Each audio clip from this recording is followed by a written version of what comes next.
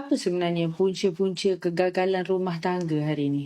Rumah tangga yang sakinah, mawaddah dan rahmah yang seperti yang diidamkan sebenarnya, dia menjadi gagal mungkin kita ringkaskan kepada 3 perkara. Yang pertama, bila dia tidak ada ilmu.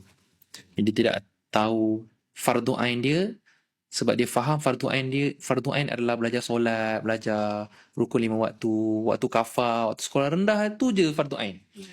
Sebenarnya fardu ain ni dia tidak bersifat statik ataupun dia kekal kat situ je. Waktu kecil belajar fardu ain, belajar kafar, tidak. Inilah kesalahfahaman dan kekeliruan yang berlaku. Fardu ain adalah dia bersifat dinamik.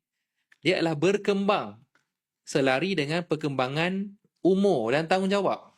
Contoh, bila dia membesar, dia nak kahwin, fardu ain dia belajar hukum hakam perkahwinan. Bila dia nak berniaga, fardu ain dia belajar fiqh muamalat. Ada ilmu dia, ada fiqh dia. Kalau ada anak, fardu ain belajar cara nak mendidik anak.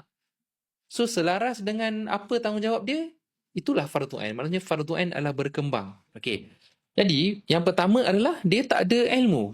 Dia tak ada fardu ain. Ilmu rumah tangga dia tak ada. So gagallah rumah tangga. Dia tak tahu hak-hak isteri, dia tak tahu nafkah, dia tak tahu mana prioriti, dia tak tahu. Yang kedua adalah komunikasi.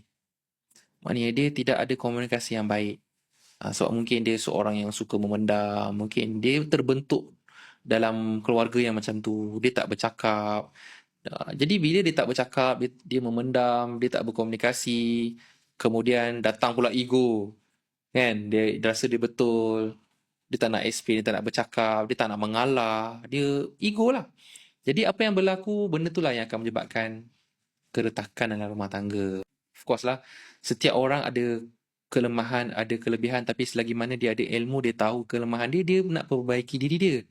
Jadi bila dia ada ilmu, dia ada komunikasi yang bagus, dia boleh menyelamatkan rumah tangga dia. Yang ketiga, macam mana nak kekal harmoni adalah dia kena ada kejujuran dan juga transparansi dalam rumah tangga. Kena ada kejujuran dan transparansi tu. Dia tidak boleh sembunyi-sembunyi. Dia mesti kena terus terang. Kalau tak itu yang ketiga. Ilmu. Yang kedua, Communication. komunikasi dan transparansi.